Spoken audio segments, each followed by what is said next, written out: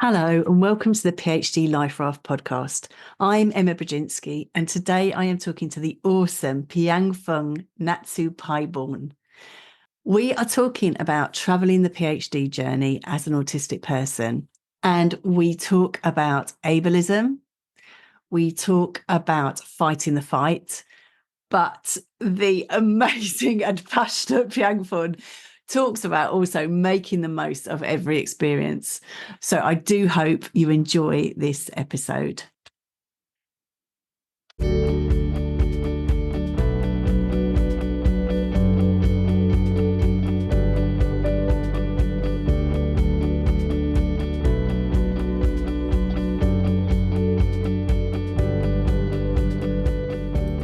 Hello, Piangfan.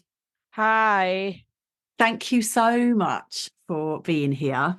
We were just saying that you are just now in the closing moments of your PhD. And so I am so appreciative of you taking this time now out of that final countdown to come and talk to us. So thank you very much for being here. No problem at all. It's my pleasure.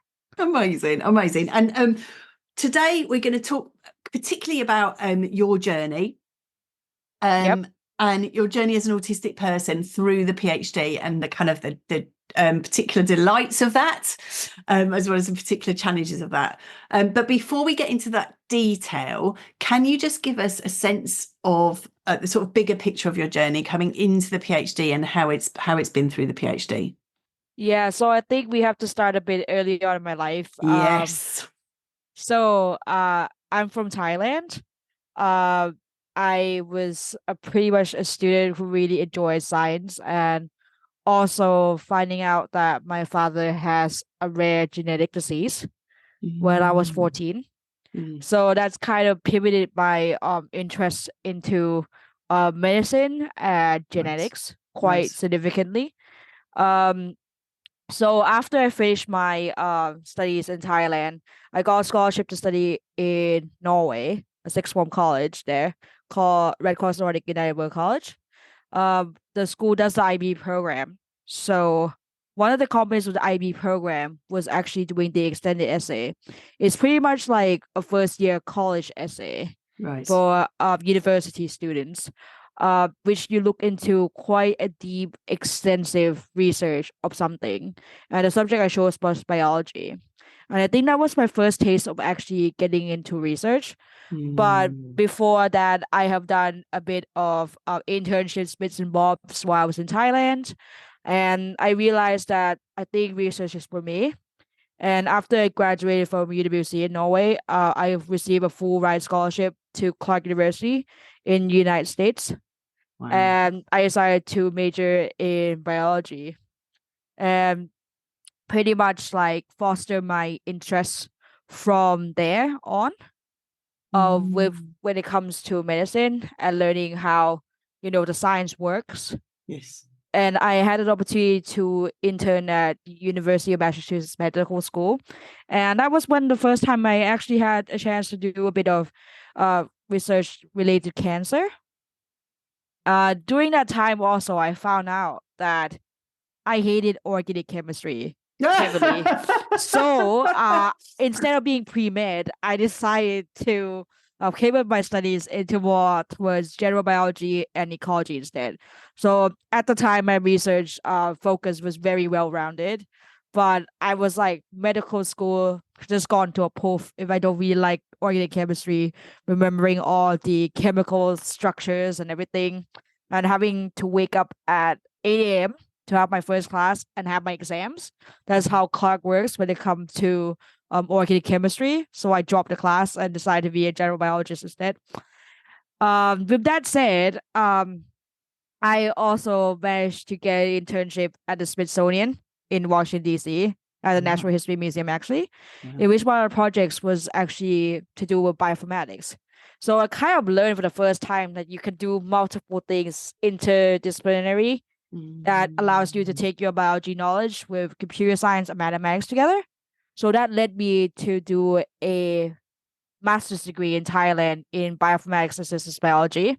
And because I felt like I still have a lot to learn on the medical side, so I decided to come to study in the UK, do a degree in general medicine, in which I was very lucky to be funded by one of the millionaires in Thailand, who I was teaching their kid, uh, like as private tuition. I really pretty much owe her my degree to that. During my time doing working on genomics, I really found my love for networks. What do I mean by networks? Networks is pretty much a representation of connections between things. You can talk about this in terms of social networks, biological networks. In this case, my work was on cancer. So, through this, with my work with Dr. Roland Arnold, we managed to publish a few things, during my time at University of Birmingham, and I started applying to all kinds of schools for PhD because I knew right there and then that I really enjoy research. I don't think I'm very good with people, and I feel like I want to help others more than one person at a time, because doing research on medicine, instead of helping one person specifically, you get to help millions if you find great discoveries. But for me, it's more than that. It's more to answer the questions I was curious about. So that's kind of why I decided to apply for a PhD. And from that on, I was very, very, very fortunate to receive the Sparks Fellowship at Queen's University Belfast, which is a European Union Horizon 2020 fellowship for my PhD project. And now there was a lot of things that happened during that time, like during my PhD, that I now switched projects and about to graduate. But to be frank, I would say I wouldn't want my journey to go any way. It's a bit of twists and turns, but from my experience of interning at different institutions, going to different schools, meeting people, it has really helped me to come out of my shell and become the person who I am today. Oh my goodness, what a story. What a story. And I love that we're celebrating the twists and turns, because that is people coming onto this podcast. So many people, most people say, well, my PhD didn't take a usual path. And what's gorgeous about the PhD is there isn't a usual path, and you find your own gorgeous, messy way through. And I love what came through really strongly in your story was this sense of, you talked about fostering my interests, and this sense of your passion and your commitment and your curiosity really shines through. And finding out what you don't like, your hatred of organic chemistry is clear, but finding out what you don't like can be just as useful, can't it, in terms of leading you to the kind of the gold. And this sense of you, as you say, being in different places, having different fellowships, being in connections, making connections with different people. What a gorgeous, gorgeous and rich story. Amazing. So Thank you. in all of that, what we're going to focus in now then is that the kind of the particular, I say the particular delights, the particular challenges that you faced on that journey as an autistic person. So is there anything particular that you wanted to talk about here? Yeah, I think we gotta have to first start with the stereotypes and ableism in general. Oh yes, I love that. Yes, come on. I'm sorry, this is not gonna be a good start, is it? So being different growing up in Thailand has always been something that was not delightful at all. When I was doing my master's degree in Thailand, coming back from the States, it was a full culture shock, because when I was in the States, I was pretty much well supported by the disability service. I have all kinds of support and help in every single way.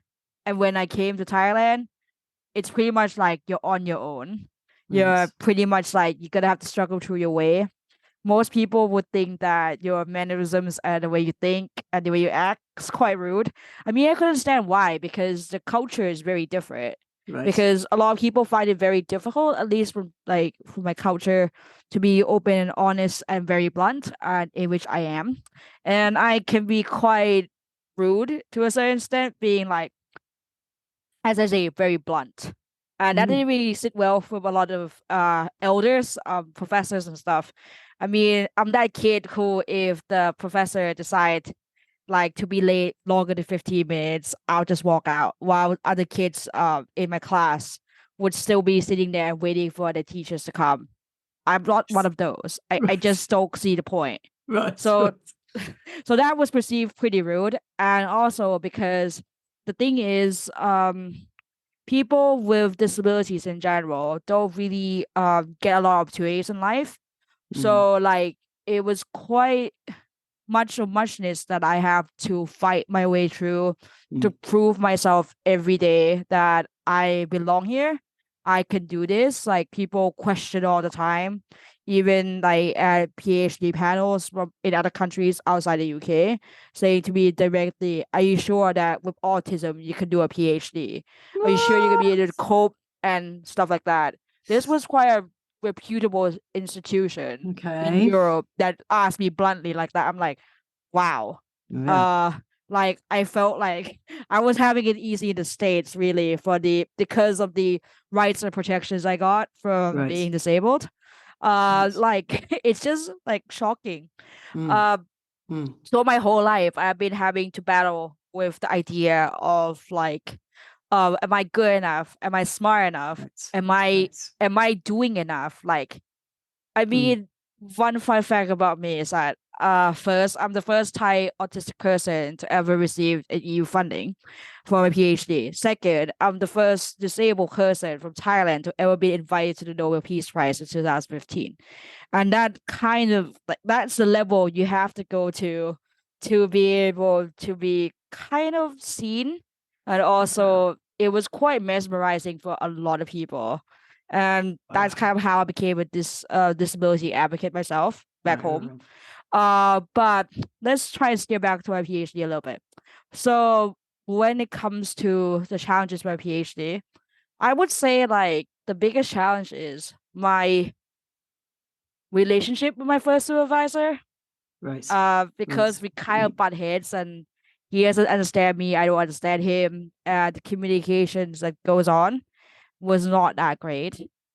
And so after like me trying to push, because throughout my entire life I have always have to push the boundaries of what people can set for me to be somewhere.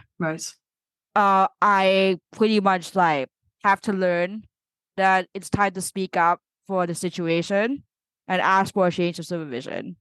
I think that was the lowest point of my PhD that I felt like I kind of failed a relationship in a way because I really want to succeed.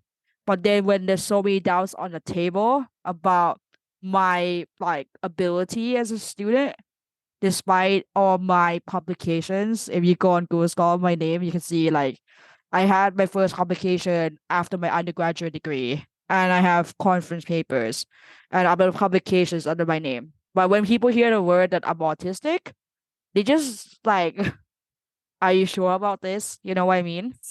So like it was quite hard, but thankfully, like, you know, the university was very supportive of the change of supervision. Good. And I got the best supervisors I have now, who one of them was my master supervisor from University of Birmingham, joined with two other supervisors at Queen's, who are super understanding of people with autism because they themselves have family members who are autistic. So that really helps. But it's also because like we just get along very well and the communication styles work. So I think that's the highlight of it. But also one very big part of it is this supervision team really let me be myself. Like be myself in a way like they understand that the way I work is slightly different from a lot of people. I get my work done when like like on deadline usually, do my best. But I also need to have other things in my life as well, more than just my PhD. Yes. And one of that is archery. Yes, I know about this. Tell people about this, because you make it sound like a kind of side hustle, but it's a massive thing. So say a little bit about that.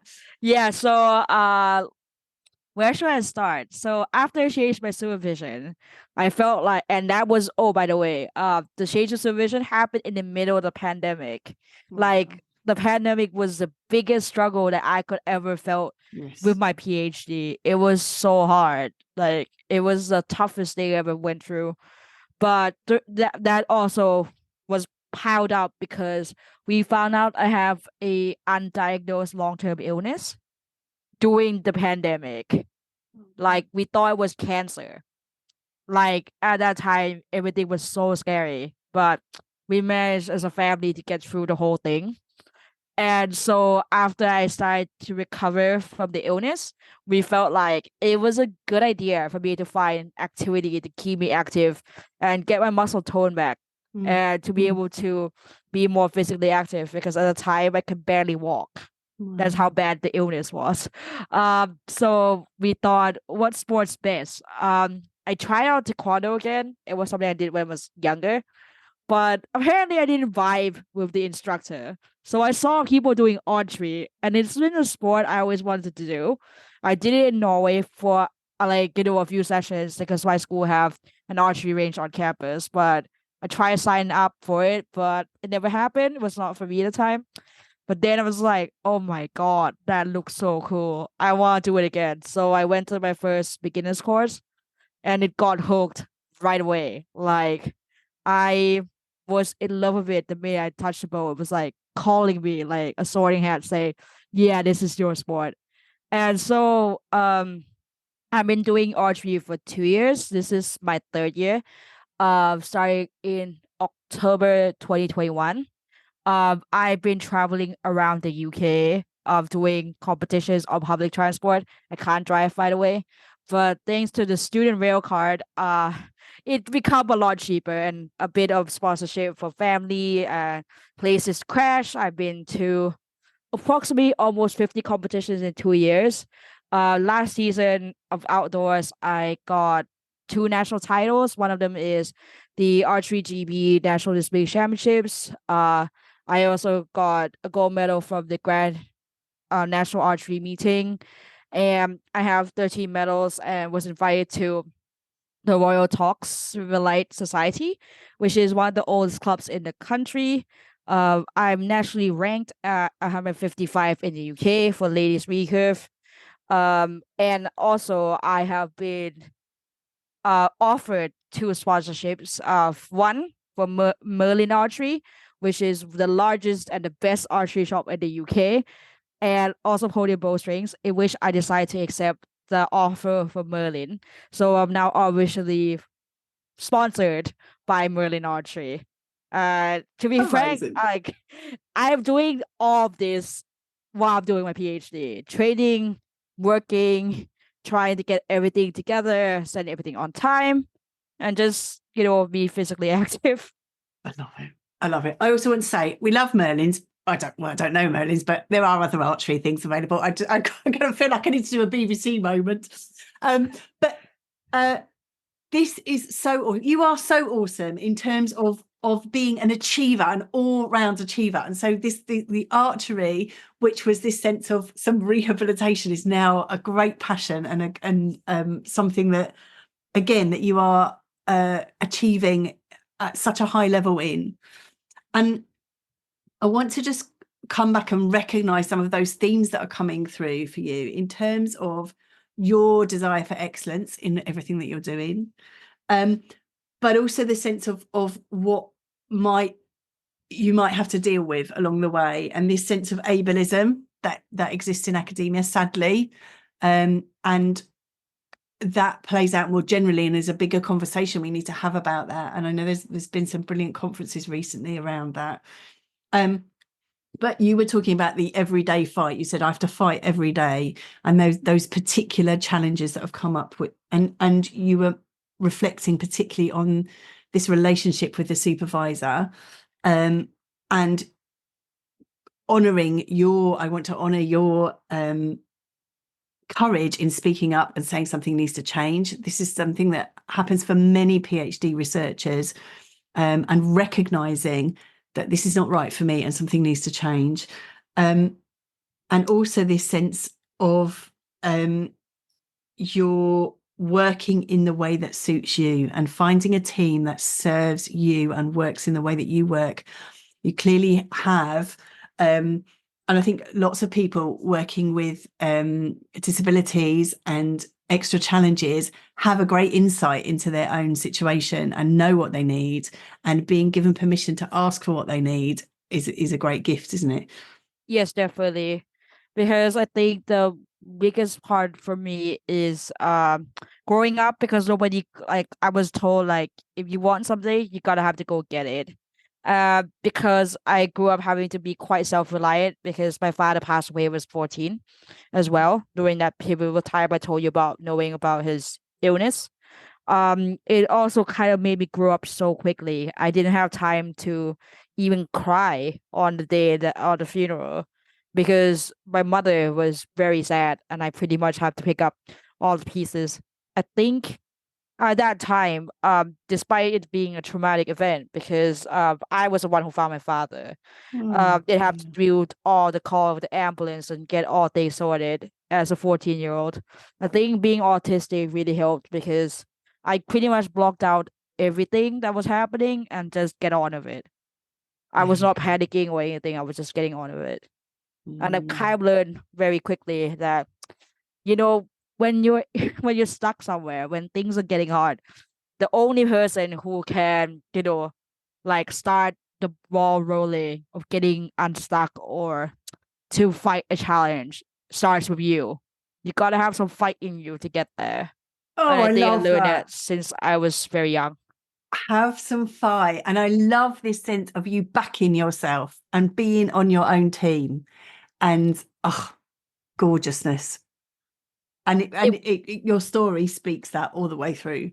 Yeah, but it was not easy though. No, I no, had of to course get it a isn't. lot of help from the therapists and things, and I have no shame that I have to see a therapist for, like, I think it might likely be my whole life, because to, like, it's, I find it quite important to be able to talk to somebody that understands you but also allow you to, work through things Yes. in a Yes. more, in a safe environment. Always a call out for a therapist. As you know, I am a therapist, and I think it's a great gift. A great gift. I'm aware of time, and there's so much that we've touched on here, and there's so much more that we could talk about, I know. But I wonder if you have some thoughts to leave us with. I asked people for a top tip, which of course is ridiculous, but whether you have some things that for people to take away that you would offer. Yeah, I definitely do. First of all, like, I think, remember that whatever you're experiencing, you're not alone.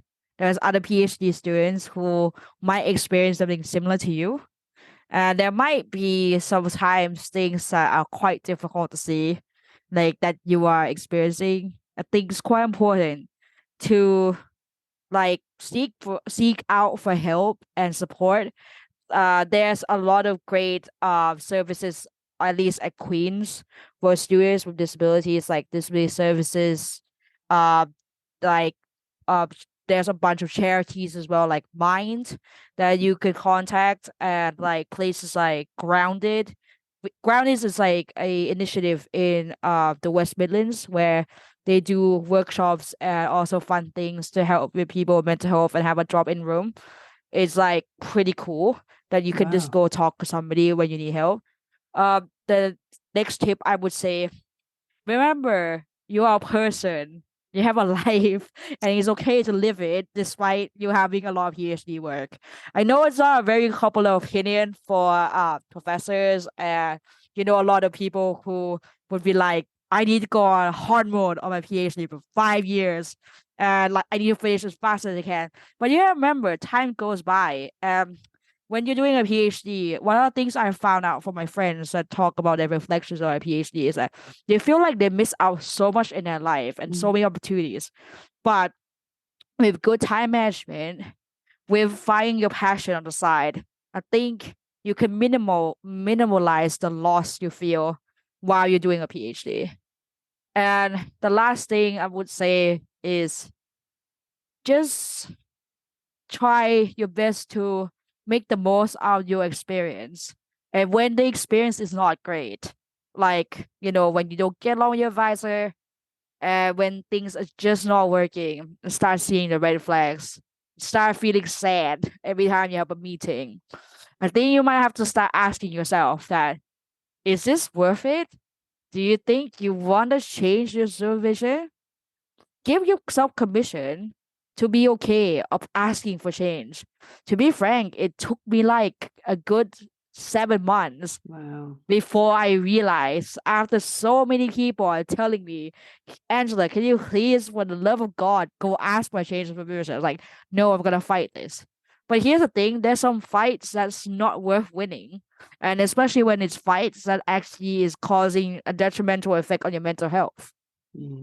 So if a change of supervision will make your life better, if asking for, time off would actually be better, if asking for your emails not to be sent to you after midnight, for example, will make you feel less stressed when you wake up in the morning and see emails from your supervisors, ask.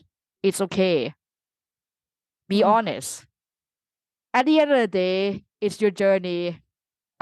Whatever you do with it, just good luck, and you got this. Oh my goodness, we need you in our pockets, right? We need I just, your positivity and I know this is hard-won positivity. It's not just Pollyanna, is it? That you have all the challenges that you have faced, and that you still are saying, make the most of the experience, minimize your losses, maximize what's out there, which is certainly, your story is a testament to that. And such good advice to listen to your instincts, isn't it? If things are really churning you up, to kind of tune into that and take action. And hopefully people will take courage from your story and kind of go, yeah, I know, if I change that supervisor, or if I change that way of working, things might really improve for me. Yep. Piangfan, thank you so much. Yeah, no problem at all.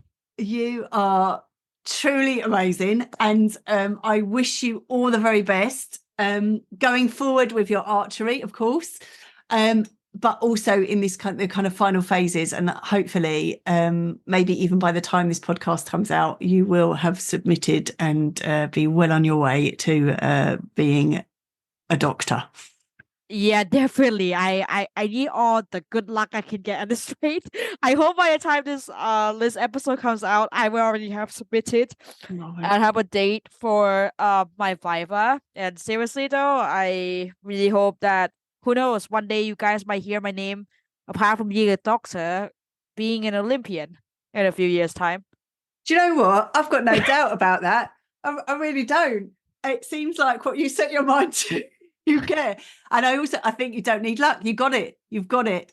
But we are sending you all the good wishes and cheering you on. And thank you so much for taking this time to be with us. No problem. Thank you. And thank you all for listening.